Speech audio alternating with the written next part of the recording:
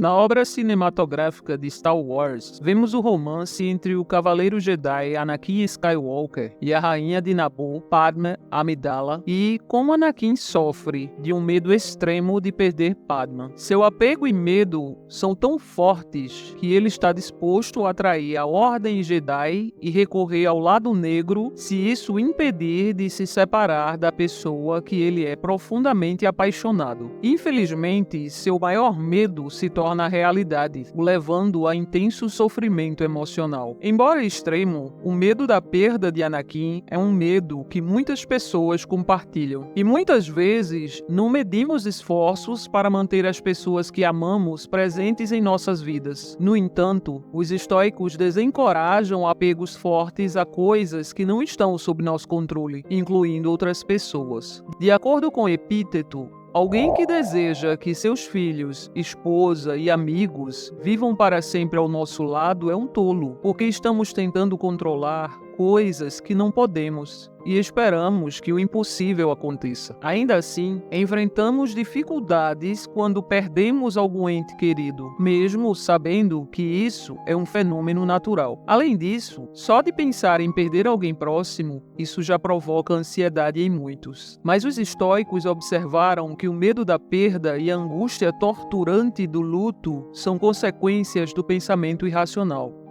Nossos apegos às pessoas. Para nós, o forte apego emocional a outras pessoas é tão natural que virou uma parte comemorada e normalizada da vida. Este último é provavelmente o caso, porque, de muitas maneiras, a nossa biologia nos preparou para criar laços com outros seres humanos. Mas a característica dos nossos apegos varia, desde carinho e atração até a obsessão doentia por alguém. Quando estamos apegados a alguém, desejamos ardentemente que essa pessoa esteja sempre presente. E quando esta pessoa está presente, não queremos que ela nos deixe nunca mais. Emocionalmente, tal apego nos leva a problemas. E quanto mais forte o apego, mais problemático se torna. O apego a algo que não está sob nosso controle, seja um objeto ou uma pessoa, nos deixa à mercê do acaso. E assim, o acaso decide se aquilo a que estamos apegados fica ao nosso lado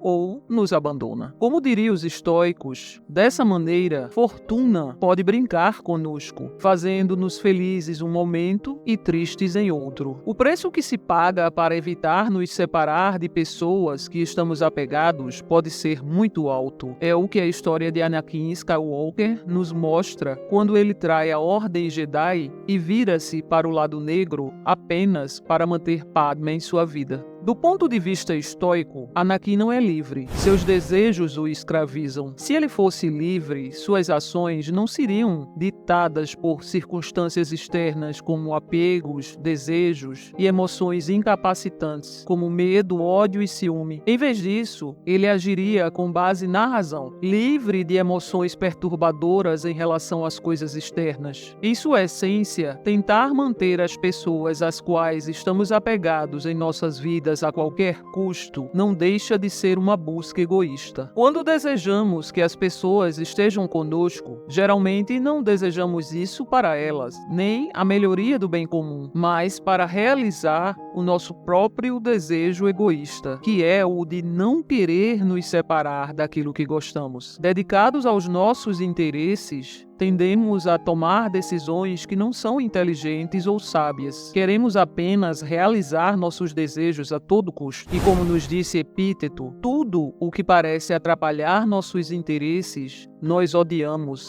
acusamos e até amaldiçoamos, o que se mostra claramente nos caminhos de Anakin, que causa morte e destruição apenas para satisfazer suas necessidades egoístas. Parafraseando Epíteto, tendemos a amar só aquilo que faz parte dos nossos interesses, seja pai, irmão, parentes, a pátria e até Deus. Mas quando pensamos, por exemplo, que Deus se interpõe no nosso caminho para que não alcancemos isso ou aquilo, as coisas mudam de figura. Ficamos com raiva e até o insultamos, blasfemamos e queimamos seus templos Como Alexandre ordenou que os templos de Asclépio fossem queimados quando seu ente querido morreu. Poderíamos dizer que o amor romântico e outros fortes apegos às coisas que não estão sob nosso controle são receitas potenciais para o desastre. Agora pensa comigo, quanta violência e assassinato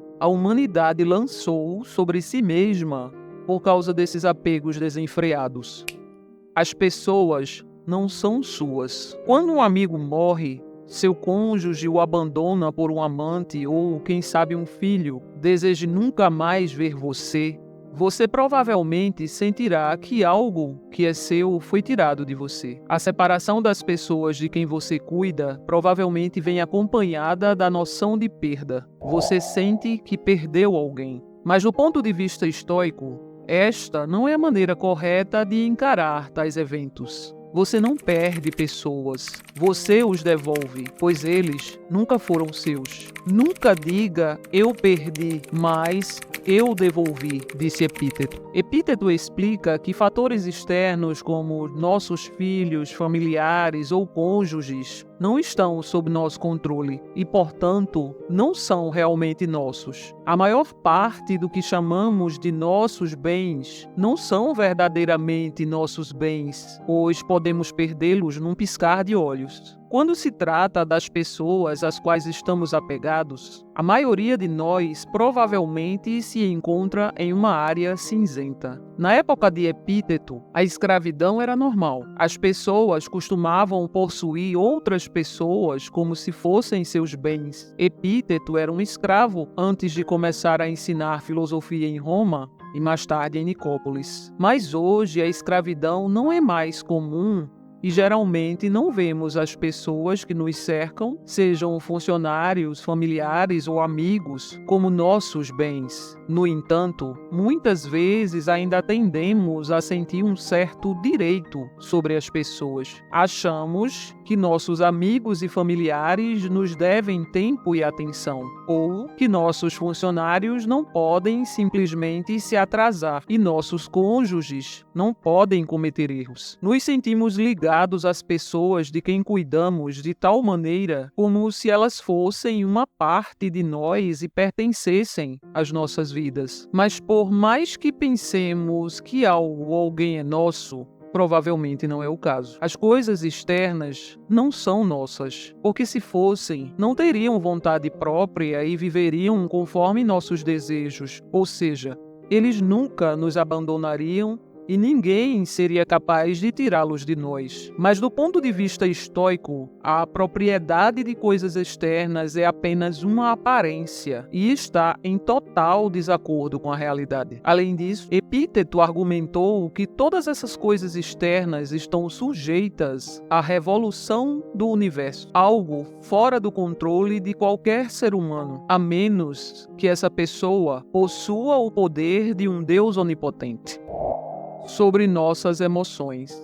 Não é surpresa que muitas vezes falemos do amor romântico como apaixonado, pois, como nada mais no mundo, a paixão por outra pessoa pode ser efêmera e levar a experiências emocionais breves e até dolorosas. A sociedade atual parece ver o envolvimento em romances apaixonados como algo positivo. Muitos até consideram estar apaixonado como um dos estados mais elevados numa relação. Mas, segundo os estoicos, os pensamentos que precedem as paixões são julgamentos irracionais da situação. É natural termos emoções e faz parte da vida nos presentear com desilusões, perdas, dor, amor, felicidade. Olhe ao seu redor e observe as coisas que nos deixam loucos, que perdemos com um dilúvio de lágrimas. Perceberá que não é a perda que nos incomoda com referência a essas coisas, mas o conceito de perda. Ninguém sente que elas foram perdidas, mas sua mente lhe diz que foi assim.